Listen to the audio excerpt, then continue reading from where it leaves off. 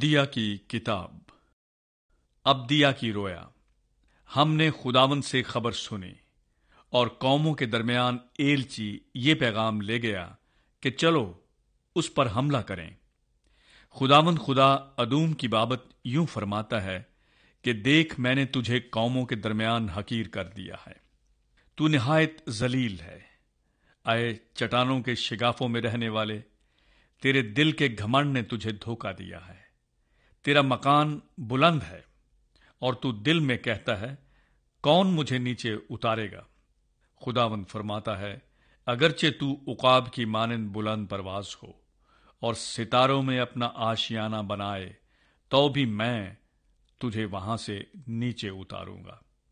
اگر تیرے گھر میں چور آئیں یا رات کو ڈاکو آ گھسیں، تیری کیسی بربادی ہے؟ تو کیا وہ حسب خواہش ہی نہ لیں گے؟ اگر انگور توڑنے والے تیرے پاس آئیں تو کیا کچھ دانے باقی نہ چھوڑیں گے؟ ایساؤ کا مال کیسا ڈھونڈ نکالا گیا اور اس کے پوشیدہ خزانوں کی کیسی تلاش ہوئی۔ تیرے سب حمایتیوں نے تجھے سرحد سے ہانک دیا ہے، اور ان لوگوں نے جو تجھ سے میل رکھتے تھے تجھے فریب دیا اور مغلوب کیا، اور انہوں نے جو تیری روٹی کھاتے تھے تیرے نیچے جال بچھایا، اس میں ذرا دانائی نہیں۔ خداوند فرماتا ہے، کیا میں اس روز ادوم سے داناؤں کو اور عقل مندی کو کوہستان ایساؤ سے نابود نہ کروں گا؟ اے تیمان، تیرے بہادر گھبرا جائیں گے، یہاں تک کہ کوہستان ایساؤ کے باشندوں میں سے ہر ایک کاٹ ڈالا جائے گا۔ اس قتل کے باعث اور اس ظلم کے سبب سے جو تو نے اپنے بھائی یعقوب پر کیا ہے، تو خجالت سے ملبس اور ہمیشہ کے لیے نیست ہوگا۔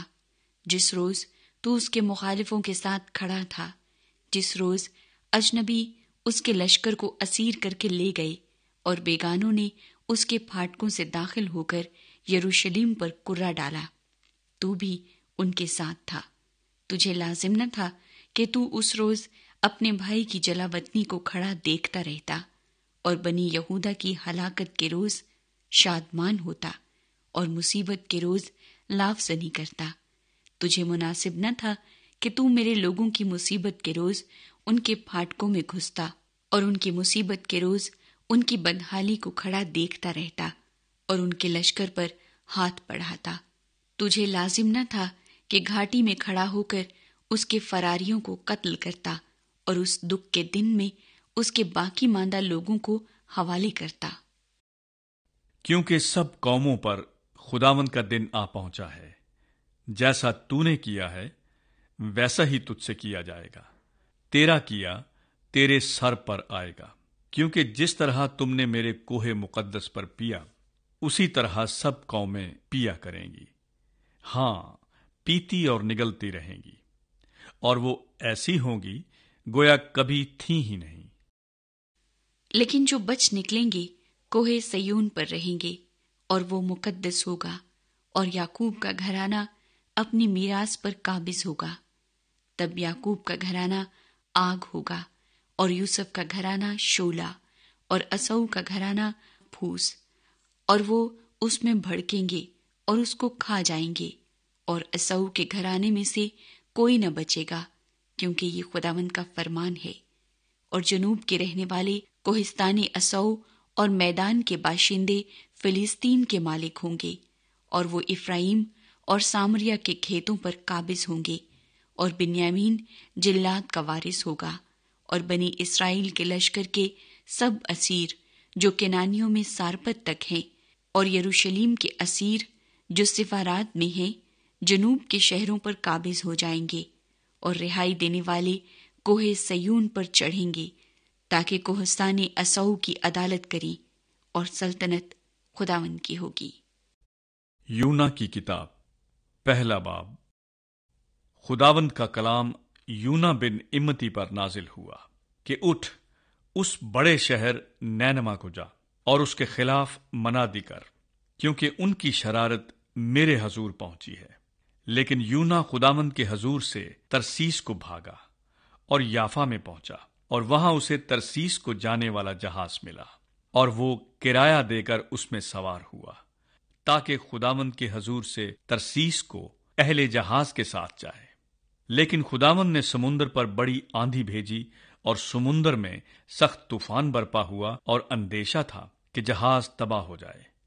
تب ملاح ہراساں ہوئے اور ہر ایک نے اپنے دیوتا کو پکارا، اور وہ اجناس جو جہاز میں تھیں سمندر میں ڈال دیں تاکہ اسے ہلکا کریں۔ لیکن یونا جہاز کے اندر پڑا سو رہا تھا۔ تب ناخدا اس کے پاس جا کر کہنے لگا، تو کیوں پڑا سو رہا ہے؟ اٹھ اپنے معبود کو پکار، شاید وہ ہم کو یاد کرے اور ہم ہلاک نہ ہوں۔ اور انہوں نے آپس میں کہا، آؤ ہم کرا ڈال کر دیکھیں کہ یہ آفت ہم پر کس کے سبب سے آئی۔ چنانچہ انہوں نے کرا ڈالا اور یونا کا نام نکلا۔ تب انہوں نے اس سے کہا، تو ہم کو بتا کہ یہ آفت ہم پر کس کے سبب سے آئی ہے؟ تیرا کیا پیشہ ہے اور تو کہاں سے آیا ہے؟ تیرا وطن کہاں ہے اور تو کس قوم کا ہے؟ اس نے ان سے کہا، میں عبرانی ہوں اور خداوند آسمان کے خدا بحر و بر کے خالق سے ڈرتا ہوں۔ تب وہ خوف زدہ ہو کر اس سے کہنے لگے، تو نے یہ کیا کیا؟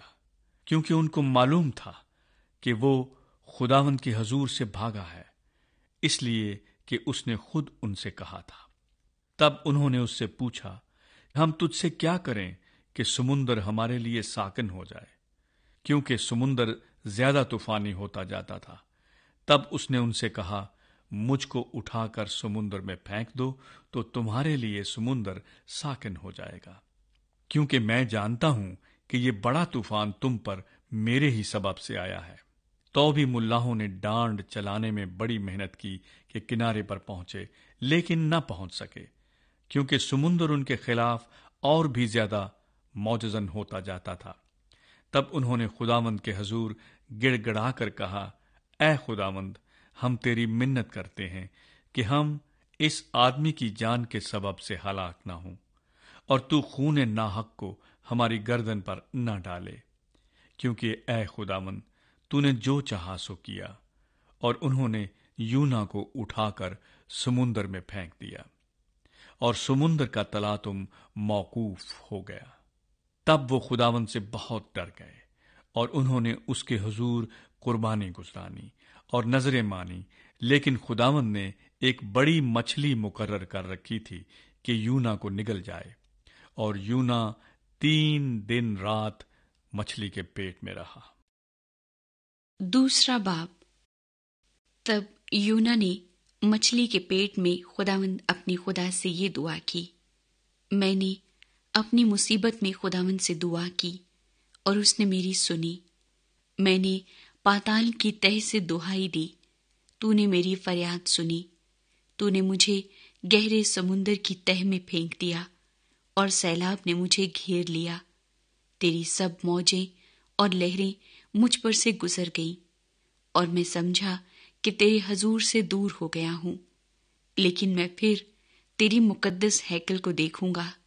سیلاب نے میری جان کا محاصرہ کیا، سمندر میری چاروں طرف تھا، بحری نبات میرے سر پر لپٹ گئی، میں پہاڑوں کی تہ تک غرق ہو گیا، زمین کے اڑبنگے ہمیشہ کے لیے مجھ پر بند ہو گئے۔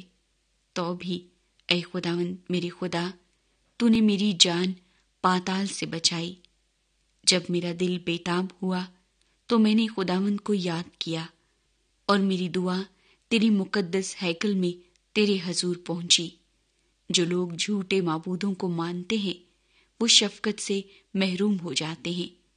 میں حمد کرتا ہوا تیرے حضور قربانی گزرانوں گا، میں اپنی نظریں ادا کروں گا۔ نجات خداوند کی طرف سے ہے۔ اور خداوند نے مچھلی کو حکم دیا اور اس نے یونا کو خشکی پر اگل دیا۔ تیسرا باب۔ اور خداوند کا کلام دوسری بار یونا پر نازل ہوا کہ اٹھ اس بڑے شہر نینوا کو جا اور وہاں اس بات کی منادی کر جس کا میں تجھے حکم دیتا ہوں۔ تب یونا خداوند کے کلام کے مطابق اٹھ کر نینوا کو گیا، اور نینوا بہت بڑا شہر تھا، اس کی مسافت 3 دن کی راہ تھی۔ اور یونا شہر میں داخل ہوا اور 1 دن کی راہ چلا۔ اس نے منادی کی اور کہا 40 روز کے بعد نینوا برباد کیا جائے گا۔ تب نینوا کے باشندوں نے خدا پر ایمان لا کر روزے کی منادی کی، اور ادنا و اعلیٰ سب نے ٹاٹ اوڑھا۔ اور یہ خبر نینوا کے بادشاہ کو پہنچی، اور وہ اپنے تخت پر سے اٹھا اور بادشاہی لباس کو اتار ڈالا اور ٹاٹ اوڑھ کر راکھ پر بیٹھ گیا۔ اور بادشاہ اور اس کے ارکان دولت کے فرمان سے نینوا میں یہ اعلان کیا گیا اور اس بات کی منادی ہوئی کہ کوئی انسان یا حیوان گلہ یا رما کچھ نہ چکھے اور نہ کھائے پیے، لیکن انسان اور حیوان ٹاٹ سے ملبس ہوں اور خدا کے حضور گریہ و زاری کریں، بلکہ ہر شخص اپنی بری روش اور اپنے ہاتھ کے ظلم سے باز آئے۔ شاید خدا رحم کرے اور اپنا ارادہ بدلے اور اپنے قہر شدید سے باز آئے اور ہم ہلاک نہ ہوں۔ جب خدا نے ان کی یہ حالت دیکھی کہ وہ اپنی اپنی بری روش سے باز آئے، تو وہ اس عذاب سے جو اس نے ان پر نازل کرنے کو کہا تھا باز آیا اور اسے نازل نہ کیا۔ چوتھا باب۔ لیکن یونا اس سے نہایت ناخوش اور ناراض ہوا، اور اس نے خداوند سے یوں دعا کی کہ اے خداوند، جب میں اپنے وطن ہی میں تھا اور ترسیس کو بھاگنے والا تھا، تو کیا میں نے یہی نہ کہا تھا؟ میں جانتا تھا کہ تو رحیم و کریم خدا ہے، جو قہر کرنے میں دھیما اور شفقت میں غنی ہے، اور عذاب نازل کرنے سے باز رہتا ہے۔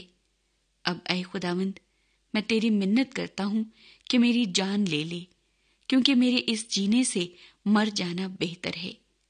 تب خداوند نے فرمایا، کیا تو ایسا ناراض ہے؟ اور یونا شہر سے باہر مشرق کی طرف جا بیٹھا، اور وہاں اپنے لیے ایک چھپر بنا کر اس کے سائے میں بیٹھ رہا کہ دیکھے شہر کا کیا حال ہوتا ہے۔ تب خداوند خدا نے کدو کی بیل اگائی اور اسے یونا کے اوپر پھیلایا کہ اس کے سر پر سایہ ہو اور وہ تکلیف سے بچے، اور یونا اس بیل کے سبب سے نہایت خوش ہوا۔ لیکن دوسرے دن صبح کے وقت خدا نے ایک کیڑا بھیجا جس نے اس بیل کو کاٹ ڈالا اور وہ سوکھ گئی۔ اور جب آفتاب بلند ہوا تو خدا نے مشرق سے لو چلائی، اور آفتاب کی گرمی نے یونا کے سر میں اثر کیا، اور وہ بےتاب ہو گیا اور موت کا آرزومند ہو کر کہنے لگا کہ میرے اس جینے سے مر جانا بہتر ہے۔ اور خدا نے یونا سے فرمایا، کیا تو اس بیل کے سبب سے ایسا ناراض ہے؟ اس نے کہا، میں یہاں تک ناراض ہوں کہ مرنا چاہتا ہوں۔ تب خداوند نے فرمایا کہ تجھے اس بیل کا اتنا خیال ہے جس کے لیے تو نے نہ کچھ محنت کی اور نہ اسے اگایا، جو ایک ہی رات میں اگی اور ایک ہی رات میں سوکھ گئی۔ اور کیا مجھے لازم نہ تھا کہ میں اتنے بڑے شہر نینوا کا خیال کروں، جس میں 1,20,000 سے زیادہ ایسے ہیں جو اپنے دہنے اور بائیں ہاتھ میں امتیاز نہیں کر سکتے، اور بے شمار مویشی ہیں۔ میکا کی کتاب، پہلا باب۔ سامریہ اور یروشلیم کی بابت خداوند کا کلام جو شاہان یہودا یوتام و آخز و حزقیہ کے ایام میں میکا مورشتی پر رویا میں نازل ہوا۔ اے سب لوگوں سنو، اے زمین اور اس کی معموری کان لگاؤ، اور خداوند خدا، ہاں خداوند اپنے مقدس مسکن سے تم پر گواہی دے، کیونکہ دیکھ خداوند اپنے مسکن سے باہر آتا ہے اور نازل ہو کر زمین کے اونچے مقاموں کو پائمال کرے گا، اور پہاڑ اس کے نیچے پگھل جائیں گے اور وادیاں پھٹ جائیں گی، جیسے موم آگ سے پگھل جاتا اور پانی کراڑے پر سے بہہ جاتا ہے۔ یہ سب یعقوب کی خطا اور اسرائیل کے گھرانے کے گناہ کا نتیجہ ہے۔ یعقوب کی خطا کیا ہے؟ کیا سامریہ نہیں؟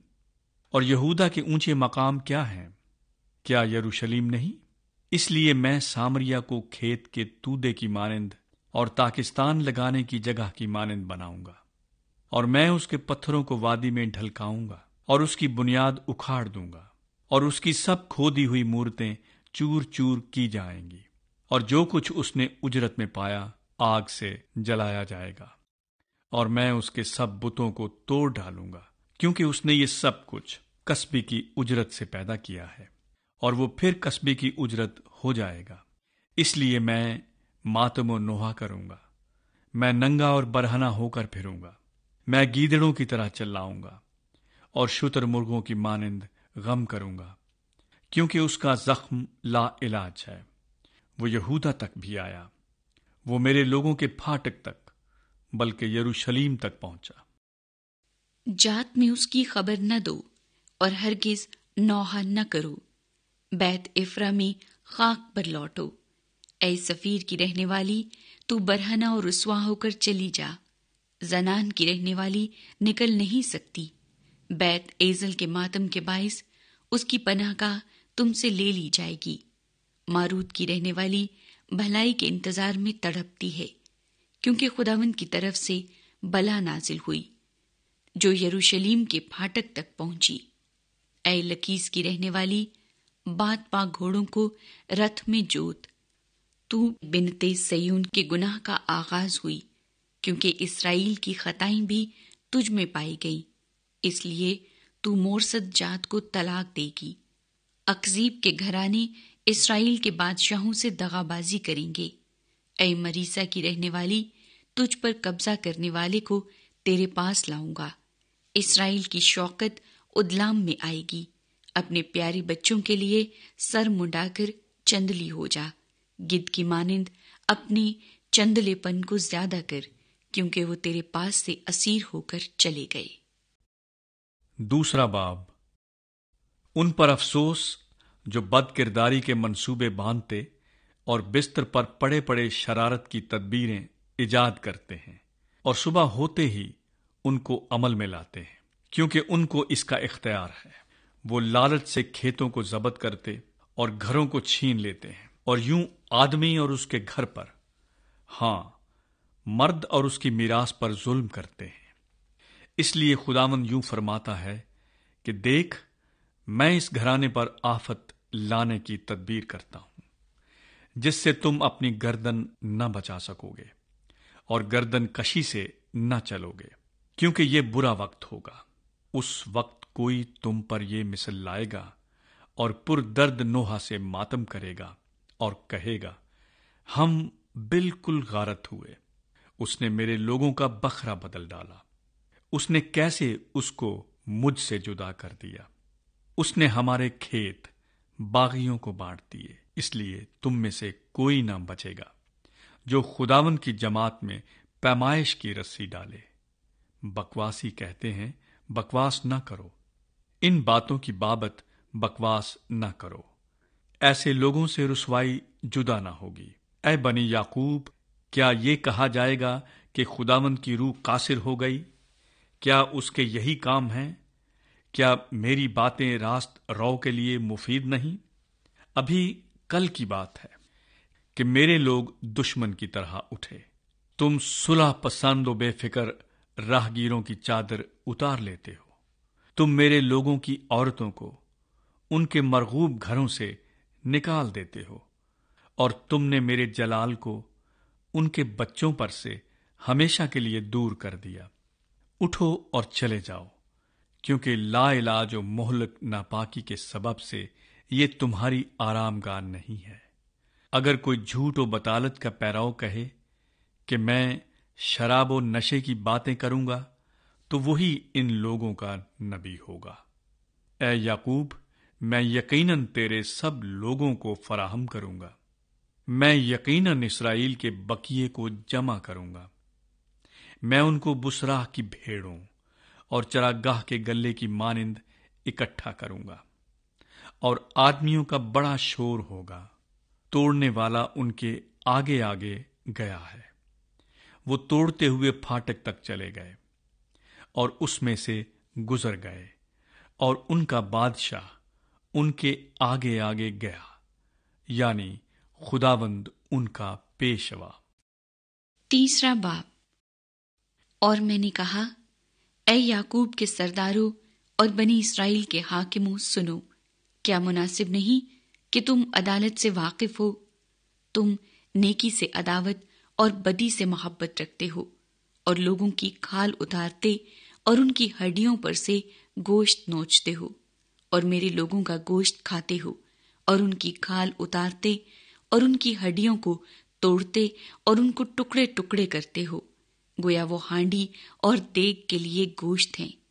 تب وہ خداوند کو پکاریں گے پر وہ ان کی نہ سنے گا۔ ہاں، وہ اس وقت ان سے منہ پھیر لے گا، کیونکہ ان کے اعمال برے ہیں، ان نبیوں کے حق میں جو میرے لوگوں کو گمراہ کرتے ہیں، جو لقمہ پا کر سلامتی سلامتی پکارتے ہیں، لیکن اگر کوئی کھانے کو نہ دے تو اس سے لڑنے کو تیار ہوتے ہیں۔ خداوند یوں فرماتا ہے کہ اب تم پر رات ہو جائے گی جس میں رویا نہ دیکھو گے، اور تم پر تاریکی چھا جائے گی اور غیب بینی نہ کر سکو گے، اور نبیوں پر آفتاب غروب ہوگا اور ان کے لیے دن اندھیرا ہو جائے گا۔ تب غیب بین پشیمان اور فالگیر شرمندہ ہوں گے، بلکہ سب لوگ منہ پر ہاتھ رکھیں گے، کیونکہ خدا کی طرف سے کچھ جواب نہ ہوگا۔ لیکن میں خداوند کی روح کے باعث قوت و عدالت اور دلیری سے معمور ہوں، تاکہ یعقوب کو اس کا گناہ اور اسرائیل کو اس کی خطا جتاؤں۔ اے بنی یعقوب کے سرداروں اور اے بنی اسرائیل کے حاکموں، جو عدالت سے عداوت رکھتے ہو اور ساری راستی کو مروڑتے ہو، اس بات کو سنو۔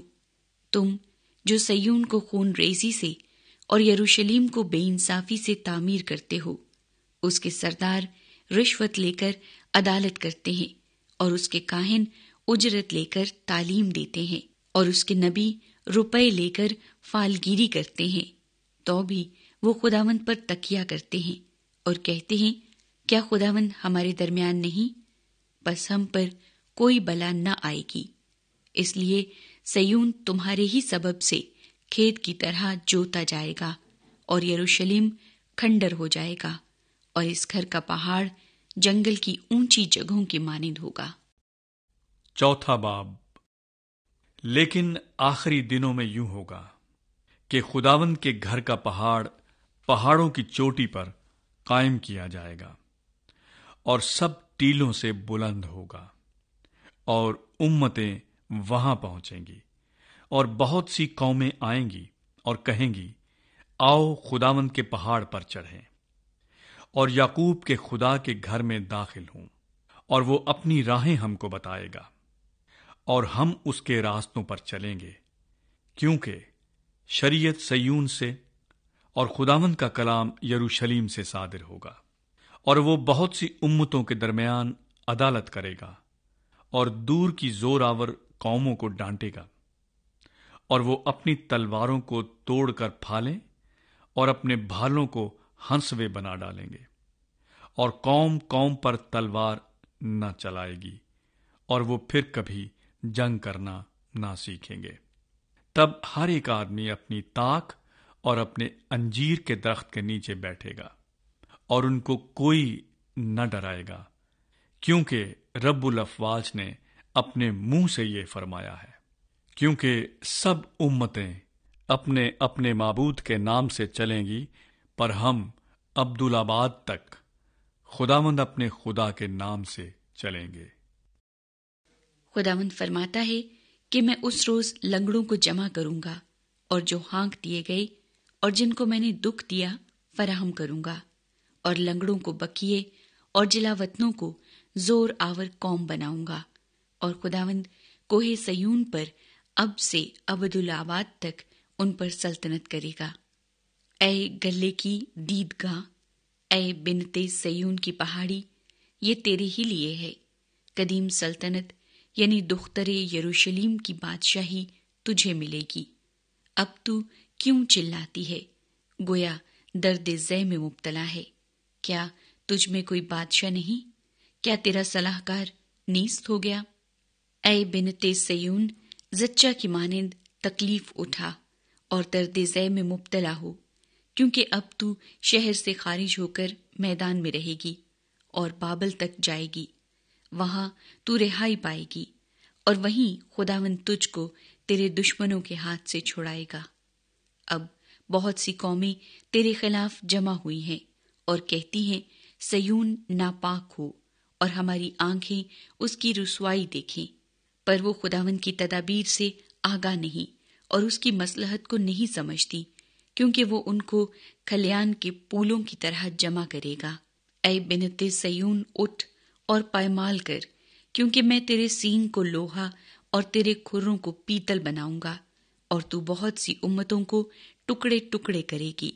ان کے ذخیرے خداوند کی نظر کرے گی اور ان کا مال رب العالمین کے حضور لائے گی۔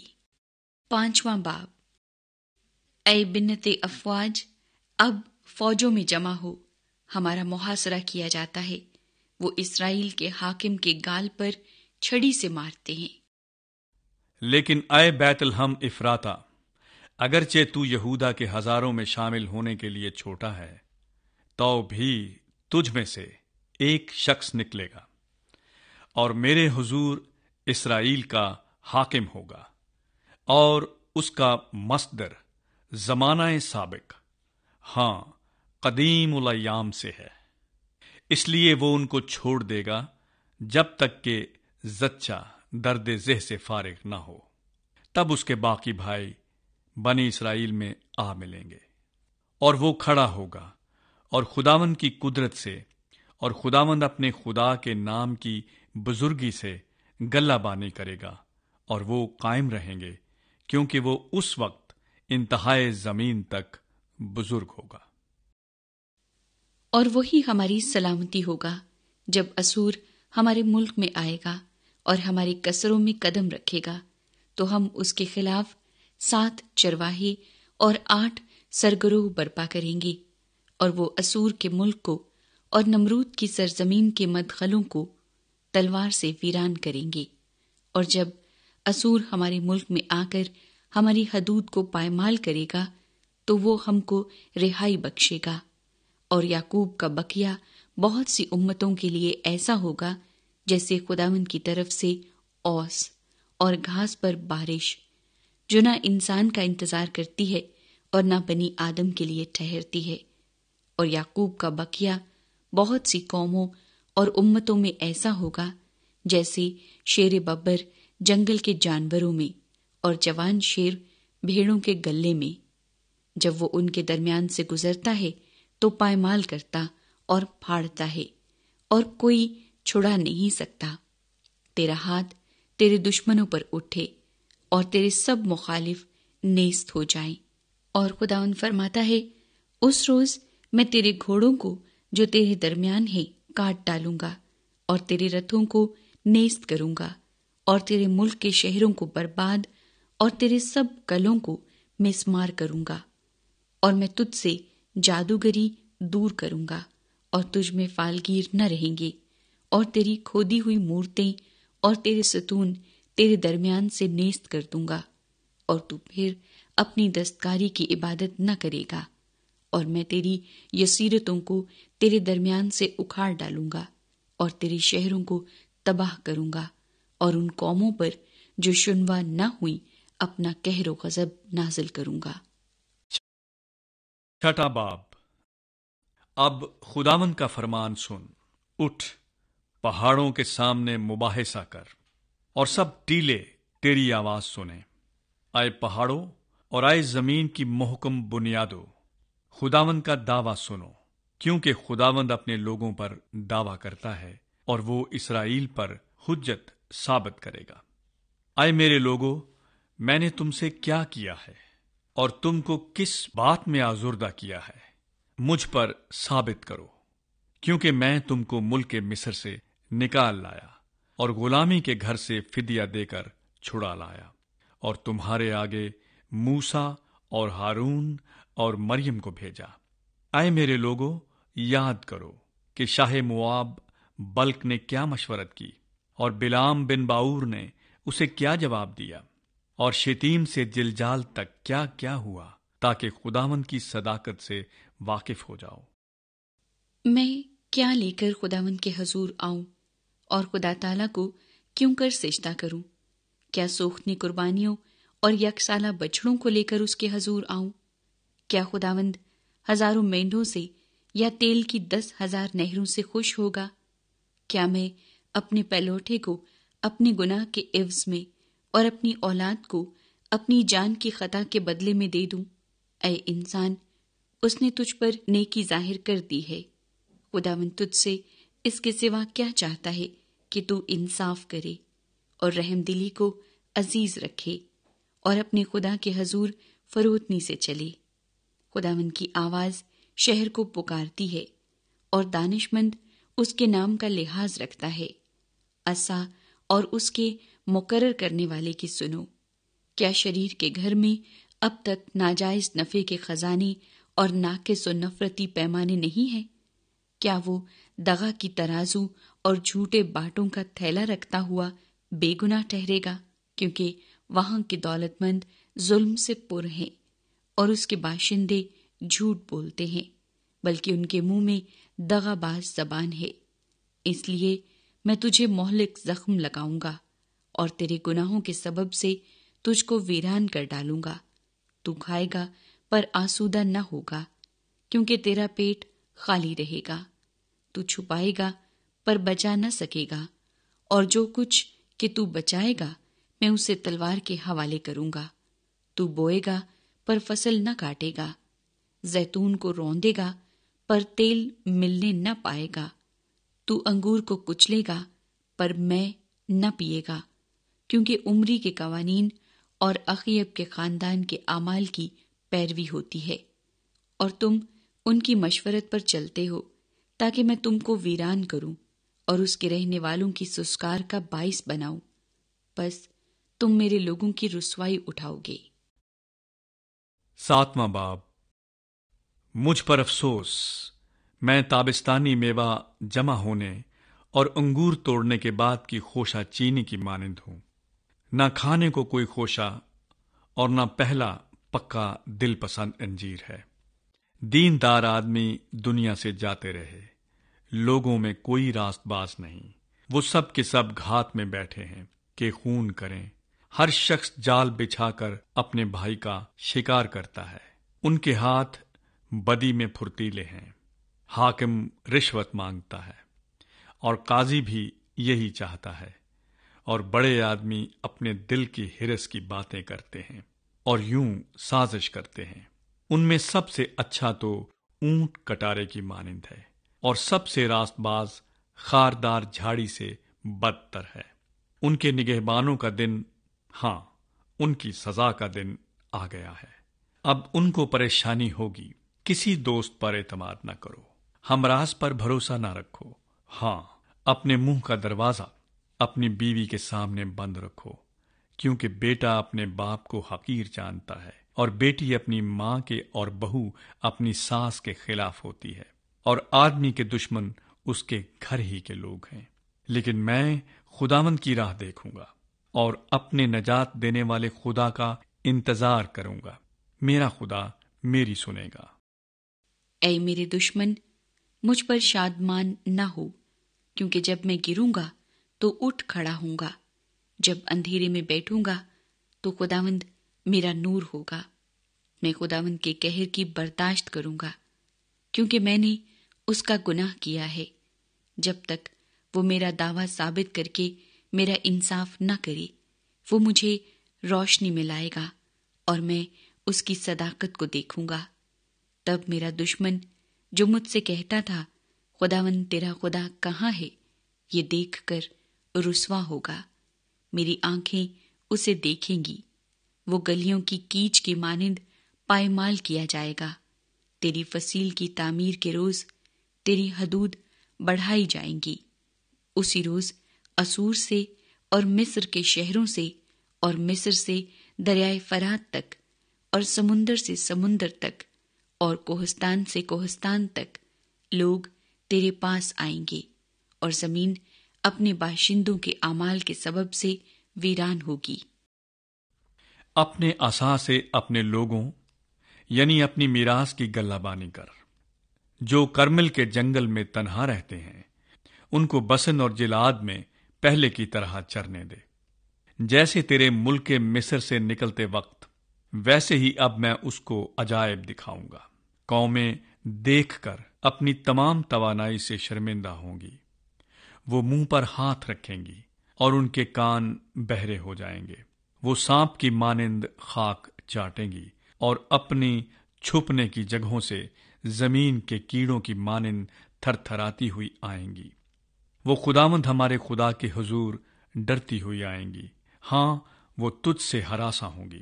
تجھ سا خدا کون ہے جو بد کرداری معاف کرے اور اپنی میراث کے بقیے کی خطاؤں سے درگزرے؟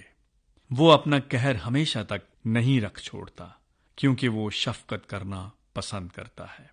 وہ پھر ہم پر رحم فرمائے گا۔ وہی ہماری بد کرداری کو پائمال کرے گا اور ان کے سب گناہ سمندر کی تہ میں ڈال دے گا۔ تو یعقوب سے وفاداری کرے گا اور ابراہام کو وہ شفقت دکھائے گا جس کی بابت تو نے قدیم زمانے میں ہمارے باپ دادا سے قسم کھائی تھی۔